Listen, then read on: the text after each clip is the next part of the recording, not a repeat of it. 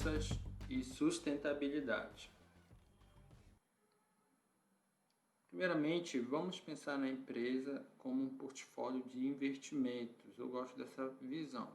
Investimentos ou negócios. Então, ela é pautada na teoria dos sistemas, que diz que o sucesso da empresa dependerá mais da interação do que da soma das partes. Cada negócio da empresa é como se fosse um subsistema dentro de um sistema maior, que é a empresa como um todo. Então, você pode fazer uma gestão um tanto quanto independente desses subsistemas, mas é claro que eles precisam estar interligados. Então, a empresa é como se tivesse várias pequenas empresas ou projetos dentro de uma mesma empresa. Aí sim, esses projetos são os negócios. Grandes empresas normalmente administram negócios diferentes e cada um exige uma estratégia específica. Por exemplo, a Holding Itaú S.A. Ela é dona do Itaú Unibanco, mas também é dona da Duratex, da Alpacata, do Itautec, da NTS, Itaú BBA e outros institutos aqui que não tem fins lucrativos. Mas é como se cada uma dessas empresas fosse uma unidade estratégica de negócio. Então, para a teoria dos sistemas, cada negócio pode ser decomposto em negócios menores, até que se chegue a uma unidade denominada unidade estratégica de negócio. Então, dessa forma, se você olhar de forma estratégica, a Holding Itaú, cada uma dessas é uma unidade estratégica de negócio. E por que eu disse de forma estratégica? Porque a definição de UN, da análise de um sistema, depende do que o observador pretende observar ou interferir. No caso da empresa, depende do nível organizacional em que o gestor estiver posicionado. Se nós estamos falando de um gestor que está aqui no estratégico, o CEO da empresa, ele vai ver de fato cada empresa, aqui no caso do Itaú, como uma unidade estratégica de negócio. Mas se a gente está falando de alguém que está no operacional, por exemplo, trabalhamos aqui na Alpargatas, ele vai ver cada setor dentro da Alpargatas como uma OEN. Melhor uma tática, não gerente de tático da Alpargatas, melhor dizendo. O operacional seria operário mesmo, como se tivesse, aí nesse caso, cada OEN para ele ia ser um processo operacional. O que é que essa figura diz? Vem da teoria dos sistemas, que tem origem lá na biologia, no estudo de Banterlaf. É como se esse losango aqui fosse o sistema, um grande sistema, em que a empresa, digamos, ou o objeto de nosso estudo, isso é aplicado a qualquer ciência, depois a teoria dos sistemas se expandiu. Então, o objeto de nosso estudo é um sistema que está dentro de um sistema maior. Então, a empresa dentro, por exemplo, do mercado onde ela atua, tendo aqui interagido com seus concorrentes, o governo, em fornecedores, consumidores, que seriam outros sistemas, e aqui sistemas entre eles, e esses traços são as interações dos sistemas. E dentro do sistema nós temos subsistemas, pode ser, por exemplo, as áreas da empresa ou as unidades estratégicas de negócio. Então, conforme a gente muda o nível organizacional, o sistema que a gente analisa é diferente. Se a gente pensar nesse losango maior como uma empresa, como nesses outros pequenos, a unidade estratégica de negócios, ou uma grande holding, aqui ser grande, aqui são as empresas que ela controla. Então, você vai ter aqui a holding preocupada com o losango grande e as ONs são esses losangos pequenos. Mas um gestor dentro de uma ON, ele vai ter aqui, como todo o sistema dele, esse verde e esses menorzinhos aqui como as ON para a análise que ele quer. Então, a analogia é com, por exemplo, pensar na ciência da vida, né? Os microbiólogos, eles têm como unidade de estudo básico a célula, digamos assim, ou ainda membranas menores. Já os sociólogos, por exemplo, podem ser o indivíduo, né, que é uma unidade maior em relação à célula. Então, acho que deu para entender a ideia, a definição de ON depende do observador e do objeto de pesquisa. E se você faz parte dos 1% das pessoas que visualizaram esse vídeo e chegaram até aqui, significa que ele tem valor para você. Então, se inscreva no canal e ajuda o YouTube a divulgá-lo para outras pessoas. Dê seu feedback, seja positivo ou seja negativo, é muito importante para mim continuar e melhorar o canal. Compartilhe para seus amigos, familiares e aperte o sininho para você ser notificado toda vez que eu postar vídeos novos. Como o meio ambiente interage com as unidades estratégicas de negócios? Pelo menos de 3 formas: minimizar riscos, firmar parcerias com financiadores, fornecedores, etc., e ser uma própria UEN, uma própria unidade estratégica de negócio, para alcançar nichos de mercados. Então vamos começar com evitar riscos, com o exemplo aí de Brumadinho. Então, no ano da tragédia, a Vale registra prejuízo de 6,6 bilhões. Então, você começar a se preocupar com a questão ambiental é uma forma de você evitar aí o risco de prejuízos econômicos, prejuízo de valores, por exemplo, a vida humana. Se a vida humana tem um valor para essa empresa, mais do que, por exemplo, o lucro, você tem algo ruim, um risco que é de você evitar, de você proporcionar mortes e a própria imagem da empresa, mesmo que esses valores sejam só de fachada, se a preocupação dela é estritamente com o lucro econômico, se a imagem da empresa é prejudicada por conta desses valores que existem na sociedade, então ela tende a ter prejuízo também no longo prazo. Nós falamos disso em uma aula, está aí na descrição e nos cards eu vou colocar também. A segunda forma de interação de meio ambiente e UEN é firmar parcerias, ou seja, aqui com investidores e financiadores. Aqui o exemplo da certificação ambiental. A empresa vai buscar a certificação ambiental para atrair mais investidores. Eu coloquei banco imobiliário, mas aqui a analogia é com um banco que tem uma política sustentável de suas linhas de créditos. Então ela só vai emprestar para uma empresa, ele só vai financiar uma empresa, investir numa empresa, se ela tiver aí uma certificação. Então você tem essa finalidade aí de obter um certificado, de investir em meio ambiente para firmar uma parceria por linha de crédito. Matriz de franquia. Nesse exemplo aqui você é um franqueado de uma grande concessionária, no caso a BMW, que é uma concessionária aí já conhecida em termos de sustentabilidade. Ela tem vários prêmios, essa empresa, e então ela, com certeza, se você quer abrir uma franquia da BMW, você vai ter que cumprir aí as políticas ambientais que eles fazem para os seus franqueados. Um grande fornecedor, por exemplo, um monopólio. Então, vou dar o exemplo da CEMIG, a Companhia Elétrica de Minas Gerais.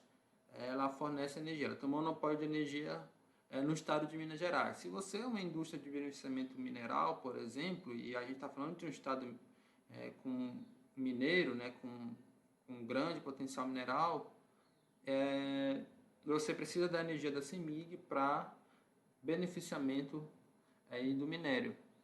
E aí, se a empresa que a CEMIG ela cumpre normas ambientais, como é o fato, a CEMIG é uma das empresas que tem vários prêmios sustentáveis, aí faz parte do índice Bovespa de sustentabilidade, você vai precisar aí provavelmente se adequar a uma série de normas da própria CEMIG para buscar aí essa parceria quanto ao fornecimento de energia ou quanto a uma redução, por exemplo, da alíquota da taxa dessa energia. Então, o fornecedor ele pode ser uma fonte de pressão para que a empresa adote uma política mais ambientalmente correta. Ou um grande comprador, nesse caso nós estamos falando do monopsônio. Ou seja, você tem apenas um único grande comprador na região e ele exerce pressão para que você venda produtos sustentáveis para ele. Se você não conseguir vender para ele, você não vai conseguir alcançar o mercado. O exemplo aqui da Biopalma é uma empresa da Vale que atua ali na região de Santarém, no estado do Pará. É uma empresa de óleo de palma. Então ela tem um projeto sustentável da própria Vale e a maioria dos pequenos agricultores da região, eles acabam tendo que vender o óleo da Biopalma, porque ela tem um grande poder de barganha aí, interferindo, por exemplo, nos preços dos óleos que são vendidos lá. Só que para você vender o óleo para Biopalma e conseguir alcançar esse mercado, você tem que cumprir as políticas ambientais da empresa. Então, claro, isso vai ser uma pressão para que a questão ambiental seja inserida, por exemplo, em pequenos produtores ou até mesmo pequenas empresas que tratam da questão da agricultura sustentável. Terceiro, a terceira dimensão é ser uma própria unidade estratégica de negócios para alcançar nichos de mercados. Então, já falei em vários vídeos, várias aulas, na novidade o crescimento aí do chamado consumidor sustentável, aqui a pesquisa do Ibope mostrando o crescimento histórico do número de veganos. Então, os produtos sustentáveis, se você inclui produtos e serviços sustentáveis como uma unidade estratégica de negócio, você pode estar pegando um mercado promissor, pode estar atingindo um mercado promissor. Exemplo de uma madeireira que atua no Brasil e resolve incluir produtos sustentáveis como uma lista de portfólio do seu portfólio, como uma unidade do seu portfólio, para exportar para o mercado europeu, que é um mercado mais exigente com relação à questão da madeira, né, de ser madeira de manejo sustentável e tudo mais. Então lá tem um mercado consumidor sustentável mais desenvolvido e aí a empresa pode conseguir melhores margens em termos de lucros, adotando aí os móveis sustentáveis como uma unidade estratégica de negócios. Características da UEN. É um negócio isolado ou um conjunto de negócios relacionados que pode ser planejado separadamente do restante da empresa. Tem seu próprio grupo de concorrentes, tem um gerente responsável pelo planejamento estratégico e pelo desempenho, a quem aqui é separado, cabe o controle da maioria dos fatores que afetam os lucros. E o quem, claro, não tem acento. O objetivo de identificar UENs de uma empresa consiste em desenvolver estratégias separadas e alocar recursos adequados. Primeira estratégia empresarial, diz respeito à relação entre as UENs estabelecidas pela organização. Então, como é que se relacionam as UENs? Então, a estratégia empresarial da empresa como um todo. A empresa pode ter uma estratégia de concentração, ou seja, tem um foco em apenas uma UEN. São adotadas quando a empresas que querem penetrar em um mercado de alto crescimento e possuem pequena amplitude de competência. Exemplo, loja de grife especializada em roupas para pessoas obesas, chamada plus size. Você tem integração vertical. O EN na mesma cadeia de fornecimento de distribuidores.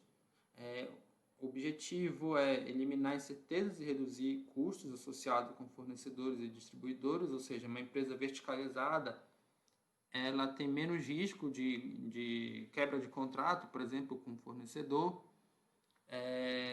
A Ford é um grande exemplo, principalmente aí na primeira metade e até um pouco lá, até os anos 80 e 90 do século XX. No Brasil nós temos a Petrobras, uma empresa bem verticalizada. A terceira estratégia, diversificação concêntrica. Consiste na ampliação da unidade estratégica de negócio a partir de um negócio central. Então, visa tirar proveito de pontos fortes que a organização possui para negócios relacionados.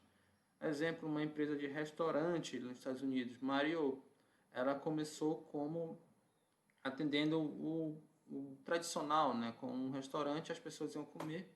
A comida foi tão boa que ela passou a fornecer também para a rede de hotelaria e e de empresas de companhia aérea. Outro exemplo aqui, a Sanepar, uma empresa de saneamento do estado do Paraná. Então essa empresa, o core business dela, o mercado principal, a UEN principal dela, é o saneamento, o tratamento de água e esgoto. Mas ela também tem unidades estratégicas menores voltadas para consultoria ambiental, para energia a partir de lixo, né? Fornecer energia a partir de lixo, tratamento aí de aterros sanitários. Então, é assim, ela tem uma unidade estratégica de negócios bem delimitada, bem central, mas é a partir dessa UN que ela cresce, tanto no caso da Mariô como da Sanepar. Essa é a ideia de diversificação concêntrica. As novas UNs dessas empresas, elas nascem a partir da antiga, que é a principal. Já a diversificação por conglomerado, a expansão das UNs, ela não estão relacionadas com a UN primária, né, primordial. Não tem uma relação direta das UENs entre si. Então, o objetivo é minimizar riscos devido à flutuação de um único setor. E o exemplo nós já até falamos aqui, a Itaú SA. Ou seja, você tendo empresas atuando em vários setores, se um setor não for bem, você vai compensar por outro setor que pode ser mais promissor. Então, esse é o objetivo da diversificação por conglomerado, é a minimização de riscos. E a estratégia de negócios? Aqui é como cada ON específico irá buscar vantagem competitiva. Então, enquanto a estratégia empresarial é válida para a empresa inteira e para a relação das UENs entre elas, aqui não. Aqui é válido para cada UEN especificamente. Então, existem duas formas, a diferenciação e o baixo custo. Diferenciação, a empresa tenta ser única em alguma dimensão que os consumidores valorizem, baseando-se na alta qualidade do produto, marketing e serviço. Exemplo, a Natura, na questão da própria sustentabilidade. Você tem aí a Apple na questão da qualidade do iPhone, principalmente no início dos anos 2010, né, década de 2010. O baixo custo busca ser eficiente e oferecer produtos padronizados, que possibilitam a economia de escala e a produção e a distribuição. Tem um exemplo aqui, a Casas Bahia, mas um exemplo ainda melhor, Ford, a própria Ford, como nós falamos anteriormente, no início do Fordismo, do Taylorismo, ela buscava reduzir os custos operacionais para produzir em larga escala e alcançar um mercado maior. Então, o ganho dela estaria na escala. São essas as duas principais estratégias de negócios. E aí você vai analisar cada UEN a partir de uma matriz, por exemplo, uma da forma de analisar mais conhecida é a matriz BCG. Significa Boston Consulting Group, é o grupo de consultoria de Boston, que montou essa matriz. Ela é bastante famosa aí na literatura.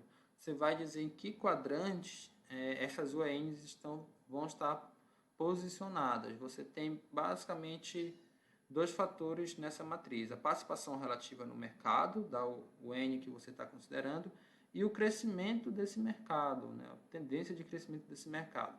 Se sua UN tem uma baixa participação no mercado de baixo potencial de crescimento, ela é um abacaxi. Então, a tendência é que você se livre dessa UN ou modifique ela. Se você tem uma alta participação no mercado, mas é um mercado com baixa tendência de crescimento ou com pouca tendência de crescimento, é uma vaca leiteira. Significa que ela vai dar um leite sempre, mas não faz muito sentido você reinvestir nessa UEN, o lucro que ela proporciona, porque ela tem uma tendência baixa de crescimento.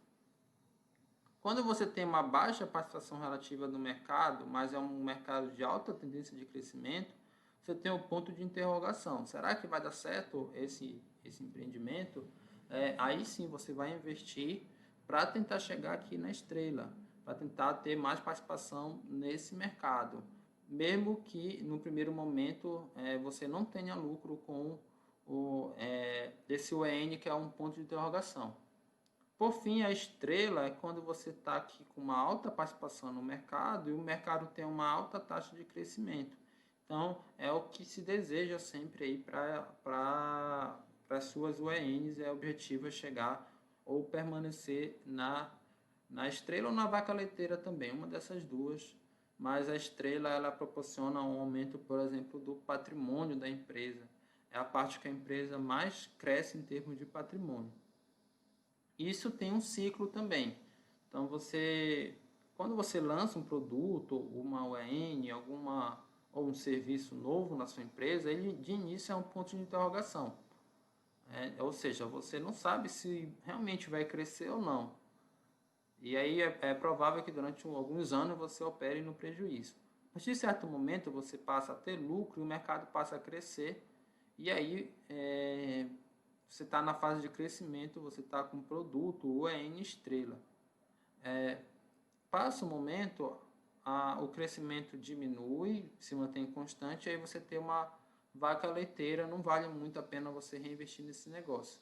E a tendência é que essa vaca leiteira se torne um abacaxi, que é a fase de declínio da UEN. Vaca leiteira é a fase de maturidade. Ela matura primeiro e depois ela declina. Como manter o crescimento da empresa? Significa então que toda empresa ou negócio vai inevitavelmente chegar ao declínio? Não. Você tem aqui a mudança de estratégia e a inovação constante. Sempre que você perceber que uma OEM ou um produto está chegando em fase de declínio, você tem que provocar alguma mudança, alguma inovação para que o ciclo se mantenha. O exemplo da Coca-Cola, por exemplo. Você teve uma fase muito forte de crescimento no século XX, no início, na segunda metade também. Aí o percentual de pessoas que consomem Coca-Cola está diminuindo.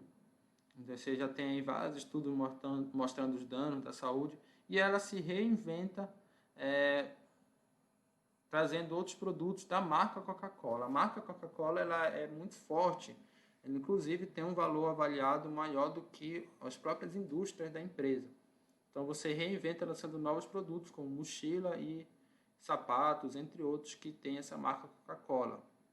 A sua concorrente, a Pepsi, também faz isso, mas com produtos mais próximos. Se a gente pensar na Coca-Cola, a relação entre a mochila e o refrigerante é de diversificação por conglomerado. A Pepsi ela também tem dona de outras marcas como Gatorade. Então as duas são bebidas, porém Gatorade teoricamente é uma bebida mais saudável. Então é uma forma de você também expandir para a unidade estratégica de negócios que esteja com maior potencial de crescimento, por exemplo, o mercado fitness. No banco isso é muito comum, o que está acontecendo os bancos estão reduzindo o número de agências, porque o atendimento físico está diminuindo, já está chegando aí a ser tendendo a chegar no abacaxi, as pessoas estão utilizando mais transações online e os bancos precisam se atualizar e lançar seus aplicativos. Aqui o caso do Banco do Brasil. Então, a empresa inovadora que consegue, é aquela que não deixa seus produtos se tornarem abacaxi, sempre renova o ciclo aqui de introdução, crescimento e maturidade de novos produtos. Como isso se aplica ao mercado verde? Primeiro que as empresas, elas podem ter, não necessariamente ela toda é verde, ela pode ter apenas uma ou mais UENs que sejam verdes. Então, o estágio 1 de um produto verde na matriz BCG geralmente é o ponto de interrogação, seguindo inclusive essa própria sequência. Então, é provável que ele tenha um grande fluxo de caixa, menor, porque tem também alto custo e mais uma receita crescente. O foco está em aumentar a receita. Pode inclusive ter um fluxo de caixa negativo, porque durante um primeiro momento ele vai ser financiado pelos produtos por uma vaca leiteira verde ou convencional. Então você tem, por exemplo, uma grande empresa que já possui aqui uma OEN, que é uma vaca leiteira, ou seja, que sobram lucros, e aí parte desse lucro ele reinveste em um produto promissor, que pode ser um produto verde, por conta que é um mercado com alto potencial de crescimento. Então essa é a ideia de início do primeiro estágio do produto verde. Posteriormente a isso, ele tende a se tornar um estágio 2, que é uma estrela, ou seja, vai ter um fluxo de caixa razoável, positivo ou negativo, mas tendendo aqui ao positivo. Vai passar a dar lucro para a empresa. Pode ser negativo porque pode fazer sentido você pegar o próprio lucro dessa estrela e reinvestir nela, já que o mercado está em crescimento. Então, mas é muito promissor em termos de aumento de receita e de patrimônio da empresa. No terceiro estágio, aí você vai ter um fluxo de caixa positivo, porque você não vai mais reinvestir, você vai estar numa vaca taquicacheira, também é um termo utilizado, mas pode ser vaca leiteira. Ou seja, caixeira tá porque proporciona caixa para a empresa. Então você está nessa fase aí do próprio produto verde já funcionando como uma vaca leiteira. Por fim, se nada for feito, a tendência é que ele vire um abacaxi, ou seja, tem um fluxo de caixa negativo e uma receita decrescente. Né? Isso é um indesejável, a ideia é que a empresa faça uma gestão de forma a nenhum produto, serviço ou EN caia aqui nesse estágio. E aí o produto verde vai ser como uma estratégia de crescimento. Lembra do gráfico que eu falei, do objetivo de que nenhum produto caia nesse estágio? O produto verde vai ser uma estratégia de justamente não deixar produtos tradicionais caírem nesse estágio. Então, o exemplo do banco imobiliário, agora sim nós estamos falando do jogo propriamente dito, que você tem um tradicional, mas você tem um sustentável. Você pode, por exemplo, estar caindo o tradicional em função dos jogos virtuais, desde videogame, computador, essas coisas, celular principalmente, e aí você tem menos crianças gostando de jogo de tabuleiros, mas uma forma da empresa aí se adaptar a isso é buscando outro nicho de mercado. Biscoito também, você tem a marca, o produto tradicional, convencional, e você criando aí novas versões sustentáveis dos produtos tradicionais. Então, o mais comum é produtos verdes iniciarem como projeto piloto. Você não vai pegar todo o caixa da empresa e investir logo num produto verde. Você vai investindo aos poucos, que é a ideia de mínimo produto viável, MPV. E aí cresce por melhorias contínuas a partir que o mercado verde se desenvolve também. Então, conforme o mercado verde for se desenvolvendo, você vai migrando para os seus produtos convencionais para os seus produtos verdes. E se você faz parte dos 1% das pessoas que visualizaram esse vídeo e chegaram até aqui, significa que ele tem valor para você. Então, se inscreva no canal e ajuda o YouTube a divulgá-lo para outras pessoas. Dê seu feedback, seja positivo ou seja negativo, é muito importante para mim continuar e melhorar o canal. Compartilhe para os seus amigos, familiares e aperte o sininho para você ser notificado toda vez que eu postar vídeos novos. Produto Interno Bruto e contabilidade ambiental. Então, nós vamos falar um pouco do PIB. Embora o foco seja a questão empresarial, o PIB ele é um indicador importante para o desempenho macroeconômico e é um indicador mais utilizado no mundo. Então, claro, o ambiente externo ele impacta a empresa está relacionada com tudo o que acontece em termos de desenvolvimento, de discussões acerca do desenvolvimento, é importante considerando a empresa sustentável. Nós já falamos sobre as escolas do desenvolvimento sustentável e essa aula está na descrição, vou colocar na descrição e também no card. Então, o PIB pode ser conceituado como a soma em valores monetários de todos os bens e serviços finais produzidos numa determinada região durante um período determinado. Porém, além de falhas teóricas como indicador de desenvolvimento, tudo aquilo que foi discutido na aula que eu coloquei aí na descrição, o PIB contém falhas técnicas. Então vamos ver o que são essas falhas técnicas. Primeiro, não mede a produção voltada para o alto consumo. Cerca de 38% dos pequenos produtores da região, aqui é da região amazônica, tá? Comercializam menos de 50% do que produzem. São aquelas pessoas que produzem seus próprios alimentos. Então, esses alimentos, como eles não são vendidos no mercado, não são comprados, não são vendidos, eles não entram para a conta do PIB. Então, acaba tendo uma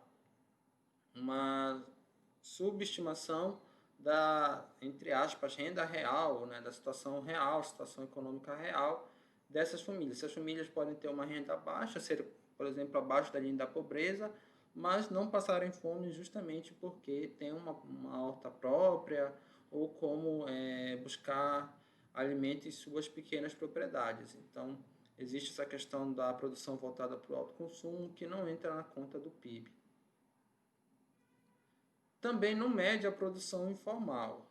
Então, se você é um trabalhador informal, por exemplo, quem vende lanche, né, esses vendedores de ambulantes, muitas vezes, vendedor ambulante também de forma geral, né, não só de lanche, era muito comum antigamente de DVD, entre outras coisas, a renda deles não entra, aquilo que eles produzem não entra no cálculo do PIB. E a informalidade ela é muito alta no Brasil, por exemplo, supera 50% em 11 estados do país, diz o IBGE. Então isso o PIB não conta. E não contabiliza os impactos ambientais ao meio ambiente. Neste ponto, muitos têm defendido os ajustes ambientais na medição do PIB. Então é o ponto que nos interessa para essa aula e essa questão de você pegar essa variável ambiental e internalizar, ou seja, de alguma forma inserir ela no PIB e também nos indicadores contábeis das empresas. Então, essa ideia de você internalizar, ela vem da chamada economia ambiental, que se baseia na Escola do Desenvolvimento Sustentável FRACA. Falamos em outra aula que tem duas correntes de sustentabilidade, Escola de Desenvolvimento Sustentável Fraco e Desenvolvimento Sustentável Forte. Então, aqui se baseia na escola que seria menos rígida, que é a fraca, que ela visa a monetização da variável ambiental, em pelo menos dois sentidos. Estimação dos prejuízos econômicos provocados pelos danos ambientais e como distribuí-los. Por exemplo, o princípio do poluidor-pagador, um princípio conhecido no direito ambiental, ou seja, aquela empresa, aquele empreendedor que provoca a poluição, ele vai pagar os custos de recuperação do dano ambiental por ele provocado. Pode ser um tributo para o governo, por exemplo, e o governo vai reparar aí o dano ambiental. Em tese é assim que acontece. E a valorização dos serviços ecossistemas. Fala muito hoje do valor da floresta em pé. Você tinha até pouco tempo várias iniciativas, ainda existem, claro, mas embora tenha perdido um pouco de força, mas ainda existem, de você criar um mercado de carbono, você atribuir um valor econômico ao carbono, você atribuir uma bolsa de valores focada, por exemplo, no carbono. Então você vai pegar uma variável que é ambiental e monetizar ela. A Escola do Desenvolvimento Sustentável Forte vai dizer que isso é impossível, mas a Escola do Desenvolvimento Fraco ela vai dizer que isso não só é possível, mas precisa ser feito como estratégia de você racionalizar a variável ambiental. Afinal de contas, o que move o mundo, as pessoas, em última instância, a questão econômica e, portanto, essa variável ambiental tem que ser transformada em uma variável monetária para que ela possa balizar as decisões de pessoas e políticos. Tá bom, então, ignorar o valor econômico dos recursos naturais perpetua a incapacidade de reconhecer o efeito do crescimento econômico na geração futura. Essa é a ideia da economia ambiental. Práticas ambientais de contabilidade registram falsamente a deterioração ambiental como uma contribuição ao bem-estar. Por exemplo, gastos associados aos efeitos do vazamento de produtos químicos tóxicos podem elevar o PIB de uma nação. Assim como indústrias bastante poluentes, elas podem, principalmente no primeiro momento, contribuir para elevar o PIB ou mesmo, por exemplo, os lucros de uma empresa. E se você não internalizar os custos ambientais, você não vai estar vendo possíveis potenciais prejuízos provocados. Se pesticidas penetram nas nascentes subterrâneas, os danos da água potável devem ser monetizados e refletidos na medição do PIB. Se uma floresta é destruída para dar espaço a um projeto urbano, a perda deve ser registrada. E na contabilidade, na chamada contabilidade ambiental, onde é que entra? Da mesma forma que as normas de contabilidade levam em conta a depreciação dos ativos, capital econômico, também deveriam reconhecer a desvalorização dos recursos naturais associados às atividades econômicas. Então, o balanço patrimonial básico de uma empresa é composto por esses itens: o ativo, que são os bens e direitos, o passivo, que são as obrigações, e o patrimônio líquido, que é a diferença entre eles, a obrigação com a empresa, diretores, acionistas, etc. Sempre a soma dos ativos vai ser igual ao passivo mais o patrimônio líquido. E a ideia é o seguinte: se os ativos tradicionais que normalmente se usa, por exemplo, um automóvel que a empresa tem ou uma organização, estamos falando aqui da polícia, todo ano você vai atualizar seu balanço patrimonial com a depreciação desse ativo. Então, um carro da polícia que em 2019 vale 50 mil, em 2020 vai valer aí 30 mil, por exemplo. A empresa vai lançar essa depreciação nos seus demonstrativos contábeis, particularmente no balanço patrimonial. Então, se a empresa tem algum ativo que está sujeito a impactos ambientais, ela vai ter que levar isso em conta na questão da deteriorização, como se fosse uma depreciação dos chamados ativos tradicionais. Vou dar o exemplo aqui da M-Dia, que é uma empresa que trabalha com massas, biscoitos, macarrão, massa de trigo. Ela é uma empresa relativamente verticalizada, ela tem suas plantações de trigo, ou seja, ela fornece o insumo para ela mesma. E aí, se uma plantação da M-Dia está valendo 50 mil no ano, mas por motivo de alguma seca, alguma praga, ou mesmo uso de agrotóxicos que cause impactos ambientais, a fertilidade do solo, entre outras coisas, o valor contabilizado desse ativo, ele deve ser depreciado por uma questão ambiental. É a forma de você incluir a variável ambiental na contabilidade. Então, essa é a ideia básica que perpassa por toda a contabilidade, seja ela de empresas ou medição de indicadores econômicos, macroeconômicos, melhor dizendo, como o PIB. Então, essa foi a principal referência dessa aula, o livro do Alves, Administração Verde.